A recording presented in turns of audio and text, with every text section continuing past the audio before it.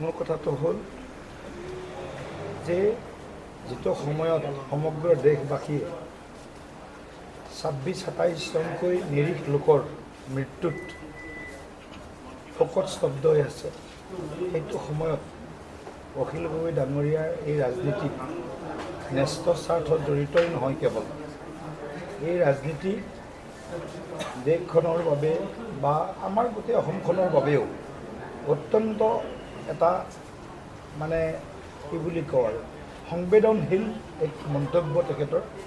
আৰু কেৱল শাসনৰ স্বাৰ্থত, সেৱাৰ স্বাৰ্থত নহয়, শাসনৰ স্বাৰ্থত ক'ৰবাত বৰপেটাত, ধুবুৰীত, ক'ৰবাত গোৱালপাৰাত এটা MLA জিকোৱাৰ স্বাৰ্থত তেখেতৰ যিবিলাক শেহতীয়া কাৰুকাৰ্য, সেই কাৰুকাৰ্য শিৱসাগৰবাসীক লজ্জিত কৰিছে।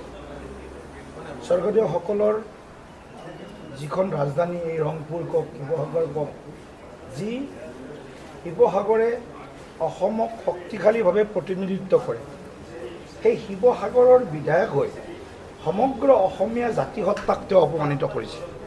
17 বাৰ মোগলক পৰাস্ত কৰা অসমীয়া জাতিয়ে, আৰু এই জাতিৰ যদি কোনোবা তেওঁ মানে বংশধৰ বুলি তেওঁ নিজকে ক'ব বিচাৰে, সেই জাতিটোক যেতিয়া তেওঁলোকৰ ভোট, তেওঁলোকৰ অন্য দিশ লৈ যি ধৰণৰ মন্তব্য, আচলতে আমি ধিক্কাৰো দিছোঁ আৰু ঘৃণাও লাগিছে অখিল গগৈৰ প্ৰতি। এনেকুৱাও মানুহ ইমানো তুষ্টিকৰণৰ বাবে ইমানো তললৈ যাব পাৰেনে বাৰু? এতিয়া অখিল গগৈ ডাঙৰীয়া ক্ষমা খোজাটো ভাল হৈছে বাৰু, কিন্তু ক্ষমা খুজিলে অখিল গগৈ ডাঙৰীয়াৰ ভিতৰৰ যিটো মল, সেই মলটো চাফা হৈ নাযায়।